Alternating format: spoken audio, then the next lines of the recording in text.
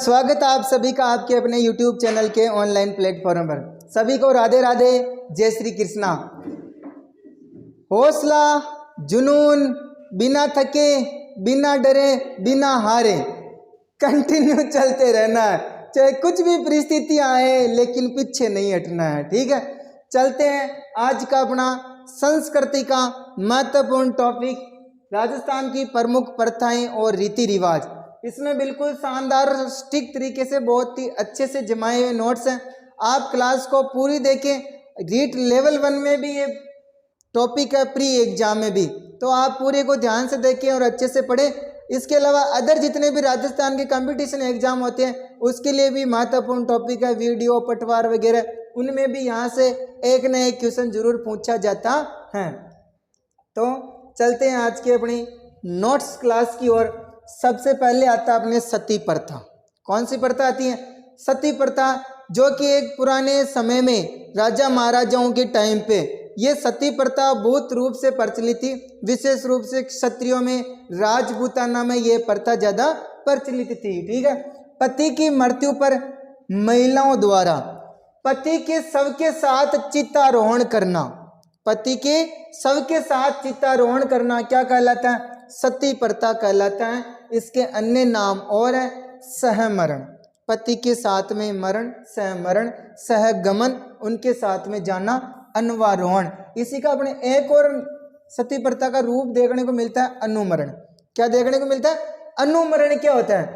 पति के कोई भी चिन्ह या निशानी के साथ में उसके विधवा पत्नी द्वारा, यानी पति की कई बार या दूसरे स्थानों पर युद्ध में लड़ते हुए मृत्यु हो जाती है, उनको उधर ही मतलब चितारोहण उनका उधर ही कर दिया जाता है, जला दिया जाता है। उसके बाद में उनकी पगड़ी या उनका भी कोई भी चिन्ह, तलवार, अंगूठी, किसी के भी साथ में उनकी विधवा पत्नी द्वारा चितारोहण करना, ऐसी सतियों को महासती भी कहा जाता है। ये तो सती ही है, लेकिन उनके मरने के, विधवा होने के बाद में उनकी किसी भी चिन्ह के साथ में सती होना बहुत बड़ी बात है, उनको महासती भी बोलते हैं। महासती एक आती है माँ सती, पुत्र के साथ में सती होना, किसी भी माँ का क्या कहलाता है?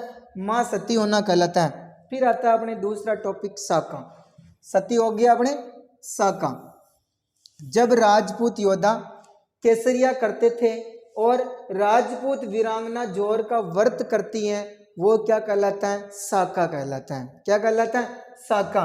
अब इनमें भी दो साका के दो पार्ट देखने को मिलता है। एक तो केसरिया, राजपूत योद्धा केसरिया सापा बांध कर मातृभूमि की रक्षा के लिए, यानी कभी कभी ऐसी परिस्थिति पैदा हो जाती थी कि दुश्मन द्वारा उनके दुर्ग को या उनको राज्य को चारों तरफ से घेर लिया जाता था और उनके मुसीबत आ जाती थी अंदर खाने पीने की, रहने की, तो फिर बाद में उनको अंतिम रूप से या तो मरने या मारने पर उतरना ही पड़ता था।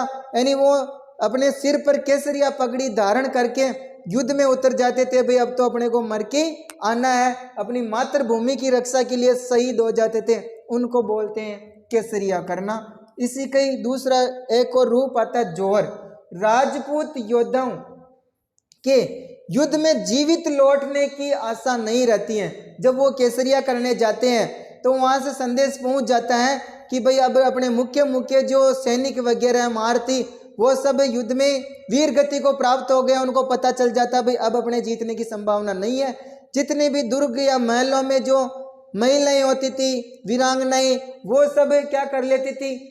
अग्नि में अपने आप को जला के सामूहिक रूप से अपने धर्म और आत्म सम्मान की रक्षार्थ अग्निदाह कर लेती थी। उसको क्या बोलते हैं? जौहर बोलते हैं। क्या बोलते हैं दोस्तों? जौहर। यह भी एक बहुत ही प्रथा प्रचलित थी पहले, लेकिन अब इसको समाप्त कर दिया गया है। राजस्थान का प्रथम साका ध्यान रखना कहाँ हुआ? रणथंभौर किले में 1301 ईस्वी में, और यहाँ पर जल जोहर भी हुआ था। कौन सा जोहर हुआ था? जल जोहर। हमीरदेव चौहान के टाइम में उनकी पुत्री पद्मला ने पद्मला तालाब में कूदकर जल जोहर किया था और उनकी पत्नी हंसा देवी ने जोहर किया था। ठीक है, ये महत्वपूर्ण साक्य और आपको ध्यान में रखनी है। वैसे हम हिस्ट्री नहीं पढ़ रहे हैं, हिस्ट्री वाली क्लास में उधर किन किन के बीच में युद्ध हुए हैं, किस कारण साक्य हुए, वो पढ़ना। अभी सिर्फ अपने को इतना सा फैक्ट ध्यान रखना है 3 शाकों के लिए कौन सा गढ़ प्रसिद्ध है? चित्तौड़गढ़ प्रसिद्ध है। 2.5 शाकों के लिए कौन सा? जैसलमेर का दुर्ग प्रसिद्ध है। इस जैसलमेर के दुर्ग को और किस किस नामों से जाना जाता है? आपको कमेंट बॉक्स में टाइप करना है, ठीक है। 2 शाकों के लिए गागरोन और सिवाना का दुर्ग, और अन्य 1 शाकों के लिए एक तो जालोर और बटनेर के दुर्ग आदि 1 शाकों के लिए फेमस हैं, ठीक है। भारत में सती होने का प्रथम प्रमाण कहाँ से मिलता है? सती होने का प्रथम साक्ष्य से 510 ईस्वी के एरन अभिलेख, जो कि सागर एमपी में मिलता है। हुनों के विरुद्ध युद्ध में मरने वाले सेनापति गोपराज की पत्नी सती हुई थी। ये भारत का प्रथम सती होने का प्रमाण है, 510 ईस्वी का एरन का अभिलेख। कौन सा अभिलेख? एरन का अभिलेख। लेकिन अपने महत्वपूर्ण राजस्थान कंपटीशन एग्जाम की दृष्टि से राजस्थान का प्रथम सती होने का प्रमाण कौन सा अभिलेख? गटियाला का शिलालेख। कौन सा लेख? गटियाला का शिलालेख, जो कि 861 ईस्वी का फलोदी का है, जो पहले जोधपुर में आता था। गटियाला शिलालेख पहले कौन से जिले में पढ़ते थे? जोधपुर जिले में। लेकिन अभी भी फलोदी नहीं आए, तो आपको क्या याद रखना है? गटियाला शिलालेख कौन सा पुर? जोधपुर, ठीक है।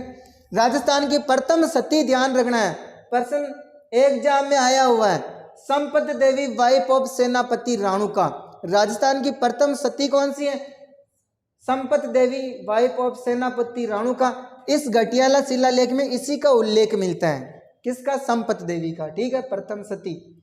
राजस्थान की अंतिम सती रूप कंवर मान सिंह शेखावत की पत्नी है, देवराला गांव नीम का थाना की। 4 सितंबर 1987 की घटना है। राजस्थान सरकार के तत्कालीन इस टाइम पे गृह मंत्री गुलाब सिंह शेखावत की अध्यक्षता में एक कमेटी बनी। इस सती की घटना में यहाँ के लोगों को और इनको गिरफ्तार में कर लिया था। बाद में इनको बहुत सालों बाद में वापस 5, 6, 7 साल बाद में उनको वापस रिहा किया गया। और इसके मतलब बहुत उस टाइम पे अराजकता फैल गई थी इस मामले में, मतलब घटना बहुत ज़्यादा बढ़ चुकी थी। तो इसके ऊपर एक कमेटी का गठन किया गया। कौन सी कमेटी? गुलाब सिंह शेखावत की अध्यक्षता में एक कमेटी बनी। और अक्टूबर 1987 में राजस्थान सरकार एक अध्यादेश लेकर आई, और उस टाइम पे तत्कालीन मुख्यमंत्री थे हरिदेव जोशी। कौन थे? हरिदेव जोशी। सबसे महत्वपूर्ण ध्यान रखना मुख्यमंत्री का। और अध्यादेश पर हस्ताक्षर करने वाले कौन से राज्यपाल थे? बसंत दादा पाटिल। कौन थे? बसंत दादा पाटिल। राजस्थान में यह सती निवारण अध्यादेश 1987, ध्यान रखना, यहाँ से क्वेश्चन अलग बनता है कि भारत में सती निवारण अध्यादेश कब लागू हुआ। ऑप्शन में 88 आता है, नहीं 1987 आया हुआ है, ठीक है। फिर भी आपको ध्यान रखना, अगर ज़्यादा अंदर से फैक्ट पूछ ले तो सती निवारण अध्यादेश कौन सा है? 1987। जबकि लागू कब हुआ? 3 जनवरी 1988 को लागू हुआ। 88 ऑप्शन में नहीं आता है, तो आपको 87 ही करके आना है। 87 ऑप्शन सही मानना हुआ क्वेश्चन में, ध्यान रखना आपको, ठीक है। चलते हैं आपके एक एक महत्वपूर्ण फैक्ट की और बहुत ही अच्छे तरीके से सारे कंफ्यूज दूर हो जाएंगे आपको। सती प्रथा पर सर्वप्रथम रोक लगाने के आदेश किसने जारी किए? मुहम्मद तुगलक ने। किसने जारी किए? मुहम्मद तुगलक ने। और भारत में किसके प्रयासों से? बहुत ही महत्वपूर्ण लाइन है, ध्यान रखना, इंडिया जीके के फैक्ट। राजा राम मोहन राय के प्रयासों से लॉर्ड विलियम बेंटिंग 1829 ने एक अधिनियम द्वारा सती प्रथा को दंडनीय अपराध घोषित किया गया। किसके प्रयासों से? राजा राम मोहन राय के प्रयासों से। कौन? Lord William Bentinck. कौन? लॉर्ड विलियम बेंटिंग के द्वारा ये एक अधिनियम के द्वारा इसको दंडनीय अपराध घोषित किया गया। और अब आते हैं अपना राजस्थान पर, ठीक है। अपना राजस्थान में सती प्रथा पर रोक लगाने वाली प्रथम रियासत, दुनिया में कंफ्यूज है, ध्यान रखो। प्रथम रियासत तो है जयपुर। प्रथम रियासत कौन सी है? जयपुर रियासत। सवाई जयसिंह के द्वारा प्रथम प्रयास किया गया, लेकिन रोक नहीं लगी। इन्होंने प्रयास किया, ध्यान रखना, प्रश्न आया हुआ है कि राजस्थान में सती प्रथा पर प्रथम रोक लगाने का प्रयास कौन सी रियासत ने किया? तो जयपुर रियासत ने किया था। और सब के सब यही रटे हुए रहते हैं कि राजस्थान में सती प्रथा पर रोक लगाने वाली प्रथम रियासत बूंदी है। सही है, ध्यान रखना। लेकिन प्रयास किसने किया? जयपुर रियासत ने किया। ठीक है, बूंदी है, और बूंदी के उस टाइम में शासक थे विष्णु सिंह। 1822 ईस्वी में सती प्रथा पर रोक लगाएगी। कब रोक लगाएगी? 1822 में बूंदी में सर्वप्रथम रोक लगाएगी सती प्रथा पर। जबकि प्रयास किसने किया सर्वप्रथम? जयपुर रियासत ने, सवाई जयसिंह ने। इसको जयसिंह सेकंड भी बोलते हैं। क्या बोलते हैं? जयसिंह सेकंड। पहला वाला कौन सा था? आप टाइप करें, उसकी उपाधि क्या थी? हमारे ऑफलाइन स्टूडेंटों ने बोल दिया है, ठीक है, आपको टाइप करना है। अलवर में 1830 ईस्वी में रोक लगाएगी। अलवर में कब रोक लगाएगी? 1830 में। जयपुर में मेजर जॉन लुडलो के प्रयासों से, जयपुर में प्रयास तो पहले हो गया था, लेकिन मेजर जॉन इस लुडलो के प्रयासों से 1844 में, कब? 1844 में राम सिंह सेकंड ने रोक लगाई थी। किसने रोक लगाई थी? राम सिंह सेकंड ने। जिस दिन आप पूछ रहे थे ना राम सिंह कौन सा है, तो ये राम सिंह सेकंड है। कौन सा है? राम सिंह सेकंड ने रोक लगाई। किसने लगाई? राम सिंह सेकंड ने। 1846 ईस्वी में डूंगरपुर, बांसवाड़ा और प्रतापगढ़ में भी सती प्रथा को गैर कानूनी घोषित किया गया। 1848 में जोधपुर में, ध्यान रखना, जोधपुर में कब घोषित किया गया? 1848 में। याद रख लेना, क्वेश्चन आया हुआ जोधपुर में 1848 में। 1860 ईस्वी में उदयपुर में सती प्रथा को गैर कानूनी घोषित किया गया। राजस्थान में मैंने शुरू में बता दिया था, इस प्रथा का प्रचलन कौन सी जाति में सर्वाधिक था? राजपूत जाति में सर्वाधिक था। फिर आता है अपने दूसरा टॉपिक, इसी में एक और प्रथा आती है, बहुत ही, ये भी प्रश्न पूछा हुआ इसका भी, कन्यावध। कौन सी प्रथा? कन्यावध प्रथा। कैसे कन्या, कैसे कोटा रियासत, बस इतना सा फैक्ट ध्यान रखना। सर्वप्रथम कन्यावध पर रोक लगाने वाली कौन सी रियासत? कोटा रियासत में 1833 में सर्वप्रथम कन्यावध पर रोक महाराव राम सिंह। ये तो महाराव इधर अपने हाड़ौती क्षेत्र के जो शासक होते हैं बूंदी कोटा की, ये आगे महाराव लगाते हैं। क्या लगाते हैं? महाराव राम सिंह द्वितीय के समय में अंग्रेज पॉलिटिकल एजेंट विल्किंसन के प्रयासों से रोक लगी, ध्यान रखना, ठीक है। और बूंदी में इसके बाद में दूसरे साल में बूंदी में रोक लगा दी 34 में, और फिर जयपुर रियासत में 1844 में रोक लग गई थी, ठीक है। जयपुर में कुछ भी रोक आए तो अधिकतर 1844 में रोक लगी। डाकण प्रथा, इसका भी प्रश्न पूछा हुआ है, बहुत ही महत्वपूर्ण फैक्ट है, ठीक है। और इसमें ध्यान रखना आपको ये वाला फैक्ट, मेवाड़ रियासत में कौन सी? मेवाड़ बील कोर कमांडेंट। कौन सा कमांडेंट? मेवाड़ बील कोर का कमांडेंट था जेसी ब्रुक ने महाराणा स्वरूप सिंह के समय में, किसके समय में?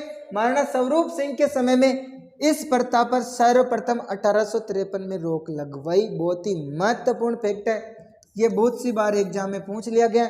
डाकण प्रथा पर सर्वप्रथम कौन सी रियासत द्वारा रोक लगेगी? डाकण प्रथा पर सर्वप्रथम कौन से शासक के समय में रोक लगेगी और कौन से सन में रोक लगेगी? सभी फैक्ट महत्वपूर्ण। 1853 में स्वरूप सिंह के समय में, और कौन? मेवाड़ बील कोर के कमांडेंट जेसी ब्रुक के प्रयासों से, ठीक है।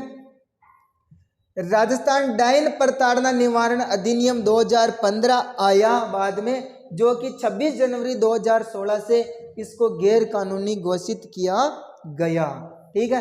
रोक लगने के बाद में भी ये मतलब बहुत सारी जगह में ऐसी प्रताड़ना होती रहती थी। उसके बाद में सरकार भी यह अधिनियम लेके आई, 2015 के नाम से अधिनियम जाना जाता है, जबकि 26 जनवरी 2016 से गैर कानूनी घोषित हो गया है। डावरिया प्रथा, कौन सी प्रथा? डावरिया प्रथा। रियासती काल में राजा महाराजा और जागीरदार अपनी लड़की की शादी में दहेज के साथ में कुछ कुंवारी कन्याएं भी देते थे, जिसको डावरी या डावरिया प्रथा बोलते हैं। कौन सी प्रथा बोलते हैं? डावरी या डावरिया प्रथा। नाता प्रथा क्या होती है? इस प्रथा में पत्नी अपने पूर्व पति को छोड़कर किसी अपने मनपसंद दूसरे पति के साथ में चली जाती हैं, उसके साथ में रहने लग जाती हैं, उसको नाता प्रथा बोलते हैं।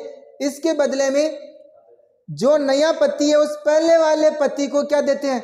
कुछ झगड़ा राशि देते हैं, कुछ उसके पैसे में रुपए देते हैं, उसको झगड़ा बोलते हैं। क्या बोलते हैं दोस्तों? झगड़ा राशि बोलते हैं, ये देखो, ठीक है।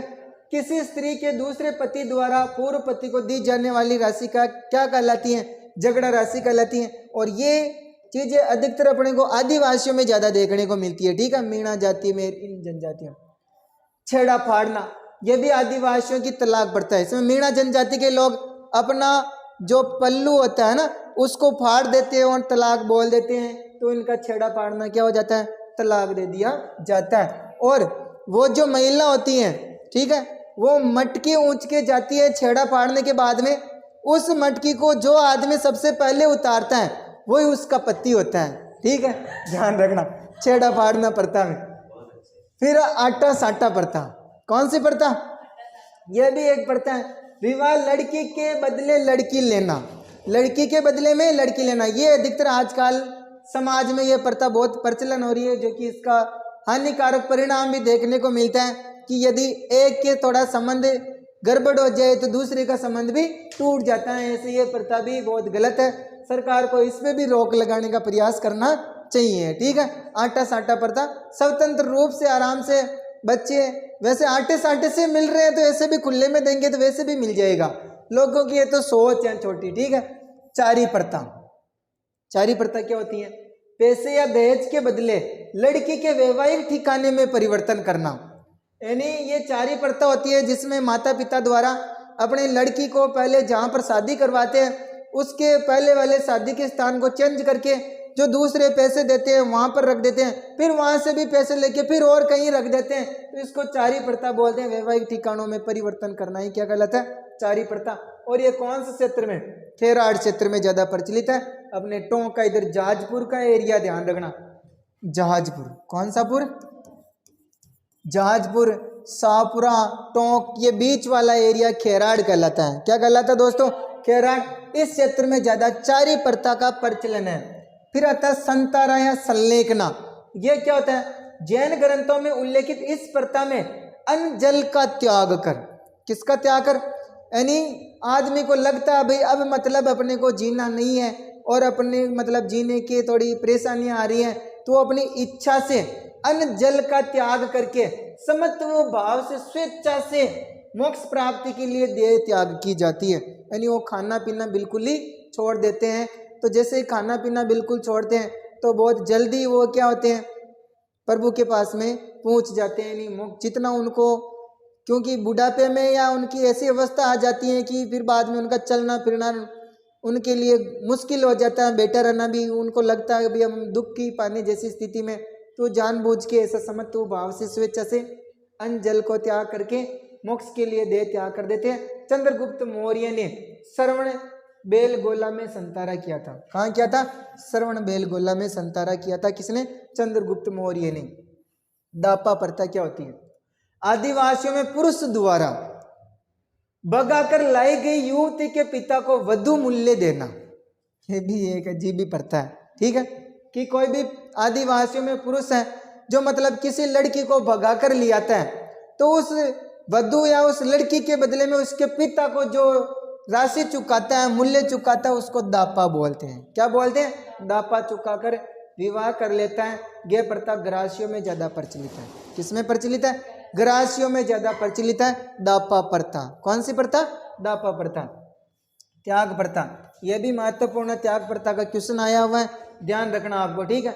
इसको पोल पात बारट भी बोलते हैं। क्या बोलते हैं, पोल पात बारट। राजपूत परिवारों में विवाह के समय चारण, बाट, डोली आदि दृढ़ता पूर्वक मुंह मांगी दक्षिणा मांगते थे। क्या मांगते थे, मुंह। देखो इसका नाम तो क्या है, त्याग प्रथा, जबकि इसमें बात अलग है। भूस अर्थ से इसका नॉर्मल अर्थ निकलता है किसी भी चीज को त्यागना हो सकता है, ठीक है, लेकिन इसमें बात क्या है कि पहले राजा महाराजाओं के टाइम पे क्या होता था, ये जातियां होती थी, डोली भाट चारण वगैरह इनके काम करने आते थे, ढोल वगैरह बजाते थे, तो ये मुंह मांगी दान दक्षिणा मांगते थे, इसको त्याग प्रथा बोलते हैं। इसको क्या बोलते हैं, त्याग प्रथा, ठीक है। और इस त्याग प्रथा पर सर्वप्रथम किसने प्रतिबंध किया, यह भी मोस्ट है, किसने प्रतिबंध किया, तो त्याग प्रथा पर सर्वप्रथम प्रतिबंध किया 1841 ईस्वी में जोधपुर में महाराजा मान सिंह ने किया था। किसने रोक लगाई सर्वप्रथम, 1841 में जोधपुर के महाराजा मान सिंह द्वारा इस पे रोक लगाई गई। 1888-89 में वॉल्टर कृत राजपुर हितकारिणी सभा ने भी इस प्रथा को समाप्त करने के लिए कठोर कानून बनाए हैं, ठीक है। फिर आती है अपने दहेज प्रथा। कौन सी प्रथा, पुत्री के विवाह पर पिता द्वारा दिया जाने वाला धन संपत्ति, नगदी आदि क्या कहलाता है? दहेज कहलाता है। ठीक है, भारत सरकार ने दहेज प्रतिषेध अधिनियम 1961 के तहत, किसके तहत? 1961 के तहत इसे गैर कानूनी घोषित कर दिया गया है। अब दहेज लेना क्या माना जाता है? गैर कानूनी माना जाता है। यदि ऐसा कोई आदमी करता है तो उसके ऊपर क्या बन जाता है? केस बन जाता है। ठीक है, मानव व्यापार। कौन सा व्यापार? मानव व्यापार। महिलाओं व कन्याओं को खरीदने का कार्य क्या कहलाता है? मानव व्यापार कहलाता है। और ये पहले होता भी था। 19वीं सदी तक यह प्रथा आम बात थी। देखो अभी तक भी 19वीं सदी तक भी ये प्रथा आम बात थी। मतलब यहाँ तक भी मतलब महिलाओं और कन्याओं को खरीदने बेचने का कार्य व्यापार होता था। चौथा, कोटा रियासत में मनुष्य के क्रय विक्रय नामक कर भी वसूला जाता था। कोटा रियासत में, कौन सी रियासत में? कोटा रियासत में यदि मनुष्यों का क्रय विक्रय यदि किया जाता था तो उसके बदले में जो कर वसूला जाता था उसको चौथान बोलते थे। क्या बोलते थे? चौथान। मानव व्यापार पर सर्वप्रथम प्रतिबंध जयपुर रियासत में 1847 में किसके प्रयासों से? जॉन लुडलो के प्रयासों से। किसके प्रयासों से? जॉन लुडलो के प्रयासों से जयपुर रियासत में सर्वप्रथम मानव व्यापार पर प्रतिबंध लगा। ठीक है, फिर आता अपने कोथला। क्या था दोस्तों? कोथला। देखो सारी चीजें इतनी अच्छी अच्छी चीजें ढूंढ के लाए हूं आपके लिए कि यहाँ से कुछ भी बाहर जाने की संभावना नहीं है, कुछ भी एक्स्ट्रा नहीं पढ़ना पड़ेगा आपको। कोथला क्या होता है? जापे के बाद लड़की अपने ससुराल जाती है। कब? जापे के बाद लड़की अपने ससुराल जाती है। उस समय भी उसके पति व अन्य घर वालों के लिए कपड़े देने की रस्म क्या कहलाती है? कोथला कहलाती है। क्या कहलाती है?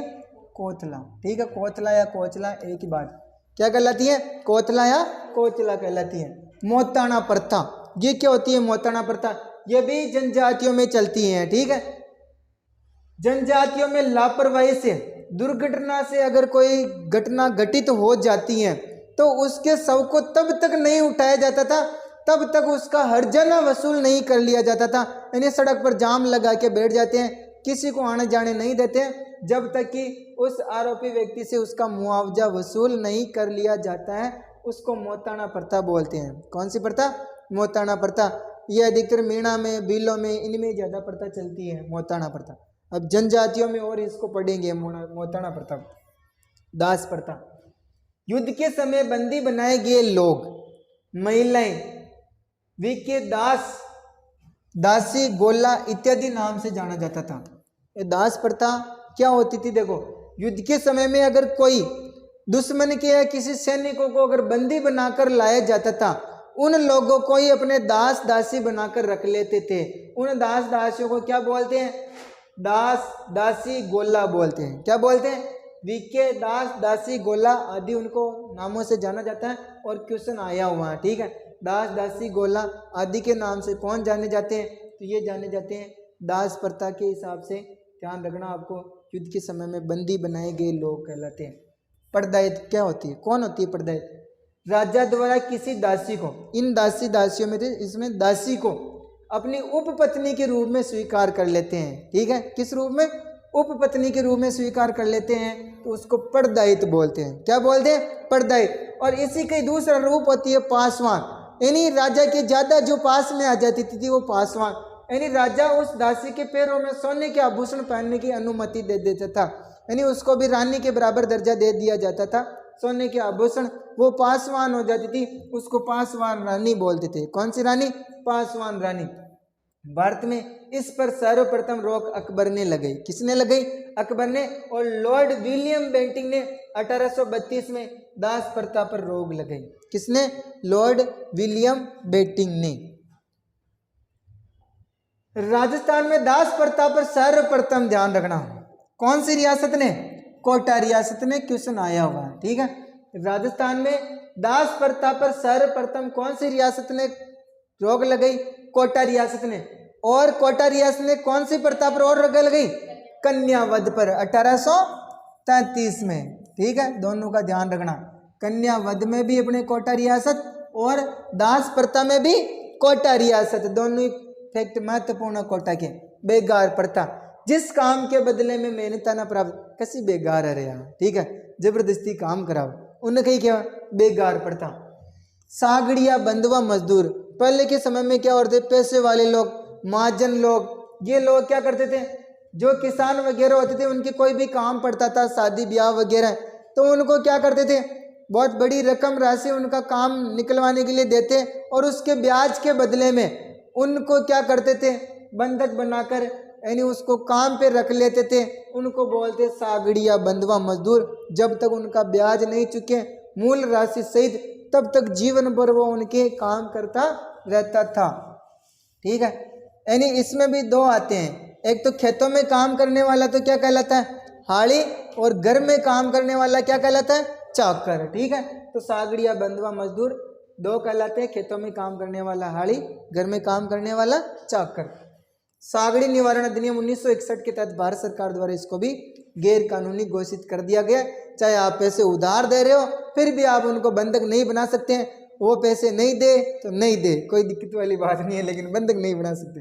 समाधि प्रथा, पुरुष या संत महात्मा द्वारा स्वेच्छा से मृत्यु का वर्ण मतलब अपनी इच्छा से मृत्यु का वर्ण करना क्या कहलाता है, समाधि प्रथा। समाधि दो प्रकार की होती है, एक तो समाधि जल में ली जाती है, एक समाधि भूमि में ली जाती है, ठीक है। भूमि समाधि और जल समाधि। समाधि प्रथा पर भी सर्वप्रथम रोक जयपुर के पॉलिटिकल एजेंट लुडलो द्वारा, किसके प्रयासों द्वारा, तो लुडलो बहुत महत्वपूर्ण, ध्यान रखना। और जयपुर में रोक लग रही है लुडलो द्वारा तो 1844 ईस्वी में। कब, 1844 ईस्वी में जयपुर में राम सिंह द्वितीय ने रोक लगाई। किसने रोक लगाई, राम सिंह द्वितीय ने प्रथा पर।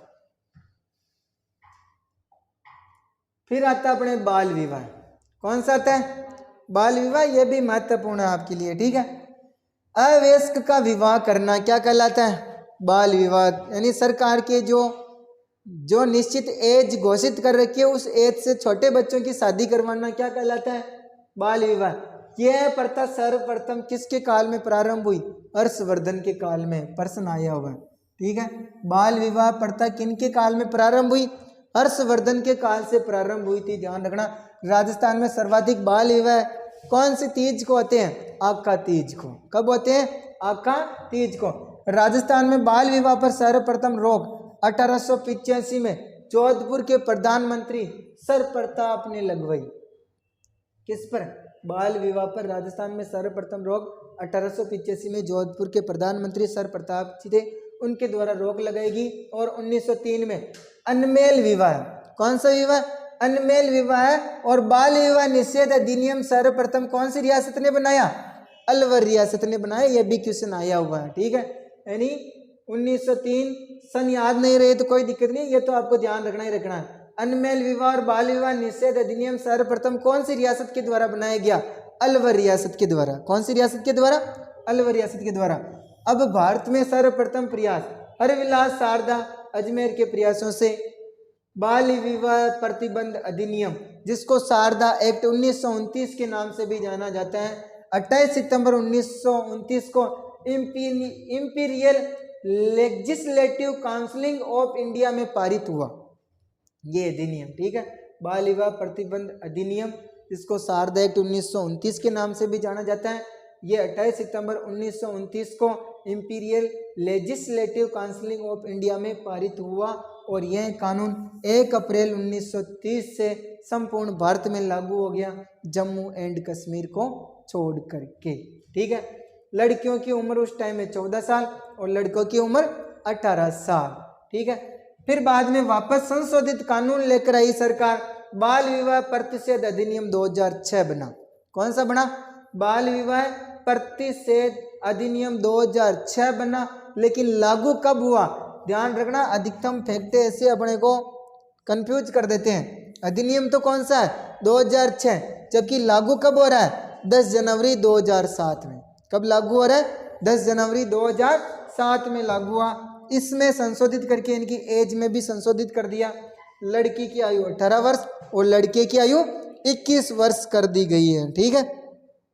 यानी इससे कम उम्र के बच्चों की यदि शादी होती है तो वो क्या माना जाता है, गैर कानूनी माना जाता है। विधवा विवाह, प्राचीन काल में महिलाओं को पुनर्विवाह की अनुमति नहीं थी, लेकिन बाद में विधवा विवाह को समर्थन दिया गया। ठीक है, यह भी आपको ध्यान रखना है। इसमें महत्वपूर्ण क्या क्या है, कहाँ से क्वेश्चन बने हैं, मैं आपको बताता जाऊंगा। ठीक है, ईश्वर चंद्र विद्यासागर व लॉर्ड डलहौजी के प्रयासों से विधवा पुनर्विवाह अधिनियम 1956 लागू हुआ। किसके प्रयासों से? विद्यासागर, ईश्वर चंद्र विद्यासागर व लॉर्ड डलहौजी के प्रयासों से विधवा पुनर्विवाह अधिनियम 1956 लागू हुआ और लॉर्ड कैनिंग द्वारा इसे 27 जुलाई 1856 को लागू किया गया। कब लागू किया गया? तारीख याद नहीं रहे तो भी ध्यान रखना, 1856 में लागू हो गया। कौन सा अधिनियम? विधवा पुनर्विवाह अधिनियम। कौन सा अधिनियम? विधवा पुनर्विवाह अधिनियम। और इस प्रथा पर सर्वप्रथम किसने ध्यान दिया? राजस्थान में विधवा विवाह को सर्वप्रथम प्रोत्साहन किसने दिया? जयपुर के नरेश सवाई जयसिंह। किसने दिया? जयपुर के नरेश सवाई जयसिंह या जयसिंह सेकंड के द्वारा ये प्रयास किया गया। सबसे पहले विधवा और क्वेश्चन आया हुआ ध्यान रख। ठीक है, कि राजस्थान में विधवा विवाह को सर्वप्रथम प्रयास किसके द्वारा किया गया? तो जयपुर के नरेश सवाई जयसिंह के द्वारा किया गया। चांदकरण शारदा ने विधवा विवाह नामक पुस्तक भी लिखी है। भारत में सर्वप्रथम विधवा विवाह कब हुआ? कोलकाता में हुआ 6 दिसंबर 1856 को। ये ज़्यादा गहराई की बात है, आपको मुख्य मुख्य बातें ध्यान रखनी है। ठीक है, फिर आती है पर्दा प्रथा। मध्यकालीन युग में बाहरी आक्रांताओं की कुदृष्टि और से बचने के लिए महिलाएं क्या करती थी? इसमें विशेष रूप से राजपूत जाति और मुस्लिम धर्म में ये प्रथा विशेष रूप से प्रचलन है। यानी वो 19वीं शताब्दी में वर्तमान में बढ़ती शिक्षा के परिणाम ये धीरे धीरे क्या हो गए? कम हो गए। अब तो धीरे धीरे पाश्चात्य संस्कृति में बिल्कुल ही फ्लॉप हो गई है ये। ठीक है, यानी आजकल तो कोई अपनी पर्दा प्रथा नहीं है, जितना मतलब पर्दा हटाओ उतने ही अच्छा है। ठीक है, तो ये प्रथा तो बिल्कुल अब लुप्त होती जा रही है। अब तो कोई कुदृष्टि नहीं पड़ती है किसी की। आन प्रथा मेवाड़ के महाराणा के प्रति ली जाने वाली स्थायी भक्ति की शपथ क्या कहलाती है? आन प्रथा 1863 ईस्वी में ब्रिटिश सरकार के आदेश से इसे बंद कर दी गई। फिर अपने एक दो फैक्ट और रह जाते हैं, फिर अपनी प्रमुख प्रथाएं खत्म हो जाएगी। कुकड़ी रस्म। कौन सी रस्म? कुकड़ी रस्म क्या होती है? शासित जनजाति में शादी होने पर युवती को अपने चारित्रिक पवित्रता की परीक्षा देनी होती है। इसको कौन सी रस्म बोलते हैं? कुकड़ी की रस्म बोलते हैं। कौन सी जनजाति में? शासित जनजाति में। ध्यान रखना। एक और आती है रियाण। मारवाड़ में रियाण का अर्थ सभा होता है जिसमें अफीम की मनुआर करना रियाण कहलाता है। ठीक है, गांव बार रसोई याद होते सब जानो ही आपने, राजस्थान की फेमस है। वर्षा ऋतु में इंद्र देवता ने प्रसन्न करवा के लिए गांव का लोग गांव के बाहर जाकर रसोई बनाते हैं, लाडू बाटी चूरमा दाल, जिसको बड़े टेस्ट से 2-2 3-3 4-4 भर मोटरसाइकिल हम जार खा रहे हैं। ठीक है, गांव बाहर रसोई। आजकल तो गांव के बाहर नहीं जाते हैं, गांव के अंदर ही बनाने लग गए। ठीक है, अब इन सब की जो महत्वपूर्ण फैक्ट है मैं इनको वापस एक पेज पे लेके आया आपके लिए।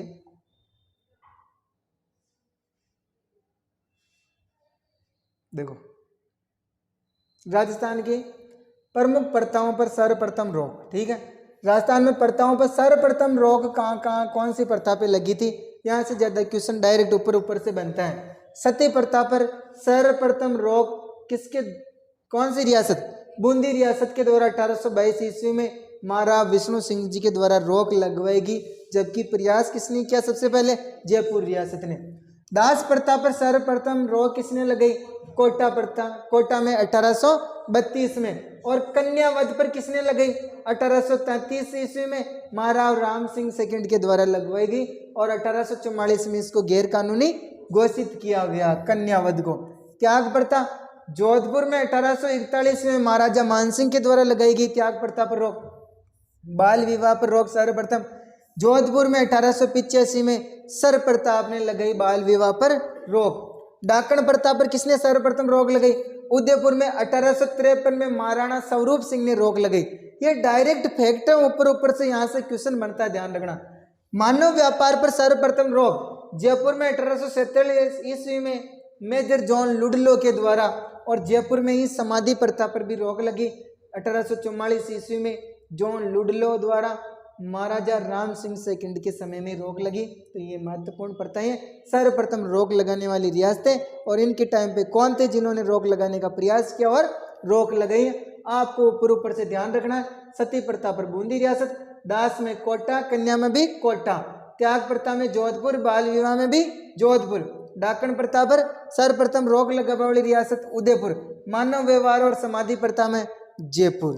ठीक है, मैंने जिस जिस रियासत के साथ में लिखे हैं तो आपको अच्छे से याद हो जाएगी। ठीक है, अपने एक बूंदी की है, 2 कोटा की है, 2 जोधपुर की है, 1 उदयपुर की, 2 जयपुर की। ये फैक्ट आपको ध्यान रखना है।